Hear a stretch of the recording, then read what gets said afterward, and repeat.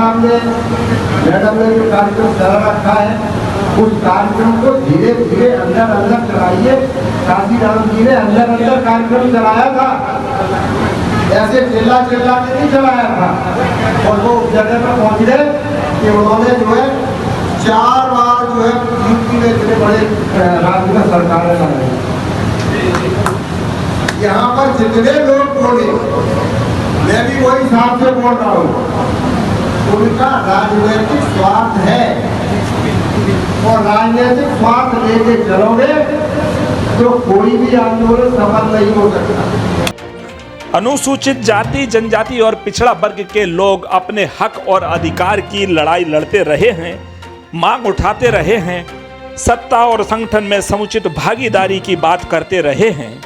इसके लिए समय समय पर संगोष्ठी आयोजित होती हैं, कहीं सम्मेलन आयोजित होते हैं, कभी रैलियां निकलती हैं, कभी सभा आयोजित होती हैं। ऐसा ही एक आयोजन ग्वालियर के आनंद नगर में वरिष्ठ नेता पप्पन यादव ने अपने निवास पर किया। वहां पिछड़ा वर्ग के लिए एक संगोष्ठी का आयोजन किया गया, जिसे मंथन शिविर नाम दिया गया। इसमें अनुसूचित जाति, जनजाति एवं पिछड़ा वर्ग के कई प्रबुद्ध जन शामिल हुए। उन्होंने सधे हुए शब्दों में, शालीन शब्दों में, तथ्यों के साथ अपनी बात रखी।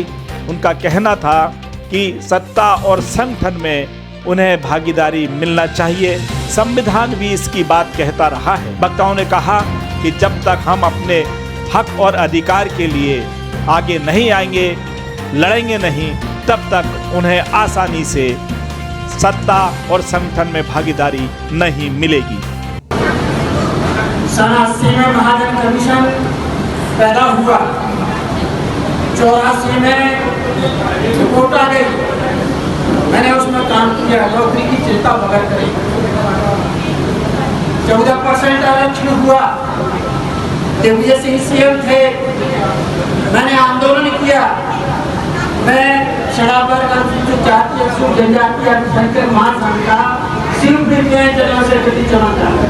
यह है भाईचारा बनाओ, संविधान बचाओ, अपना हक और अधिकार प्राप्त करो और इसके लिए मिले जुलकर बैठो, जातियों को समाप्त करो और एक जमात बनाओ।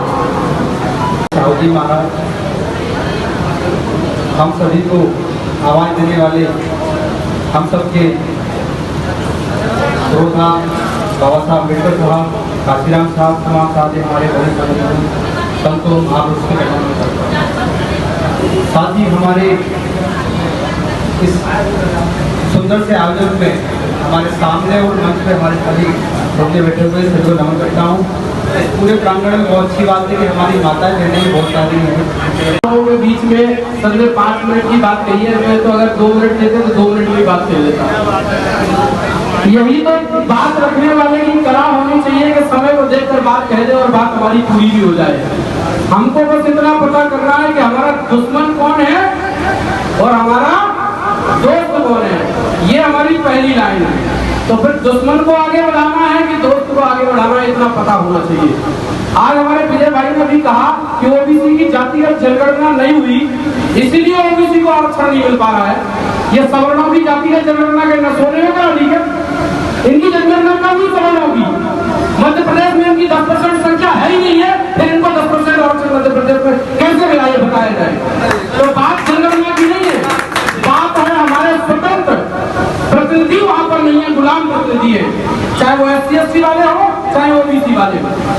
या तो उन्हें आरक्षण लिया हुआ है या उनके बेटे ने आरक्षण से नौकरी ली है, और इसी की वजह से जितने भी बैठे हैं इस समाज के करीब, क्योंकि मैं गांव में जाती हूँ तो मैं वो कमेरा जाती हुई देखती हूँ जिनके चेहरे पर बिल्कुल रौनक नहीं है। और रौनक नहीं होने का बस एक ही कारण होता है कि हमारे पास पैसा जितना कम होता है, हमारे चेहरे की रौनक उतनी कम होती जाती है।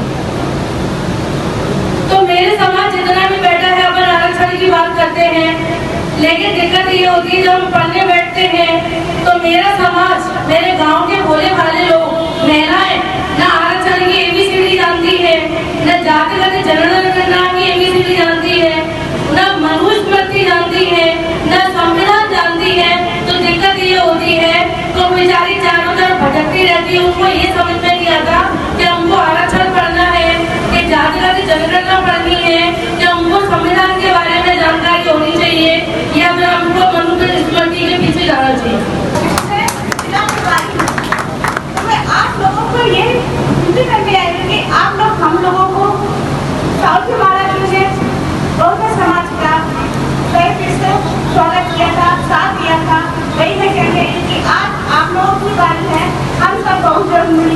एसपी ओबीसी मिलकर सब एक साथ एक नई दिशा की ओर चलते हैं और भाईचारा बढ़ाते हैं। यही हमारी जीत है। अगर इस भाईचारे को हम आगे बढ़ाते रहेंगे तो आगे हमारी जीत निश्चित है। साथियों, सबसे बड़ी बात यह है कि इस देश के अंदर पिछड़े क्यों हैं। मैं बिल्कुल मुद्दे की बात करूंगा। और पिछड़ा बनाया किसने, पिछड़े क्यों हैं और पिछड़ा बनाया क्यों है, पिछड़े होने से फायदा किसको है, लाभ किसको है।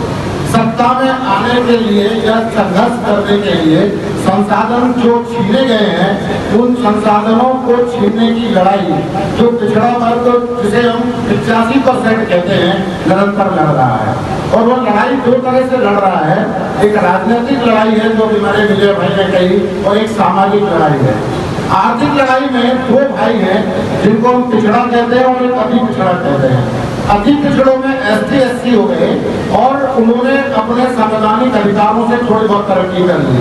लेकिन पिछड़ा जो वर्ग है उनके पास साधन संसाधन थोड़े ज्यादा थे, लेकिन उनके हक अधिकारों की जो लूटमार हुई है वो किस तरह से इस देश में हुई है, वो हम जब गहराई में जाते हैं तो पता चलता है। और वैसे यहाँ जो बैठे हैं ना सामने, सब क्रीम बैठे हैं। क्रीम का मतलब है कि घी में मतलब क्रीम निकल जाए ना तो घी होने में कोई देर नहीं लगती, मठा नहीं है ना दूध है, ये क्रीम है। मतलब क्रीम जरा सी गर्म करोगे तो हाल घी बन जाएगा। ऐसी सामने बैठे हुए सभी क्रीम को मैं प्रणाम करता हूँ, माता बहनों को प्रणाम करता हूँ। और मैं वैसे नाम सबके जानता हूँ, इसलिए कह रहा हूँ कि मोबाइल में जो नंबर फीड थे वही लोग बुला पाए। जो लोग बिल्कुल संपर्क में थे रोज के, उन लोगों को यहाँ बुलाया है। और ज्यादातर यहाँ आनंद नगर के आसपास के लोग हैं, ज्यादा दूर के नहीं, आनंद नगर या विजयनगर या और महान लोग तो गवालियर से आए हैं, तो लोग बाकी बहुत घर के लोग हैं। आज इस मौके पर मैं दिल से, इतनी गर्मी में और इतनी परेशानी में आपने समय दिया और यहाँ सबकी बात सुनी, मैं दिल से बहुत ज्यादा आपको धन्यवाद देना चाहता हूँ, आपको प्रणाम करना चाहता हूँ। क्योंकि आप सभी लोग समाज हित में इतना बढ़ चढ़ के हिस्सा ले रहे हो कि हम हमारी वो से कह रहे थे ना, टोपी वाले भैया हमारे कहाँ चले गए थे,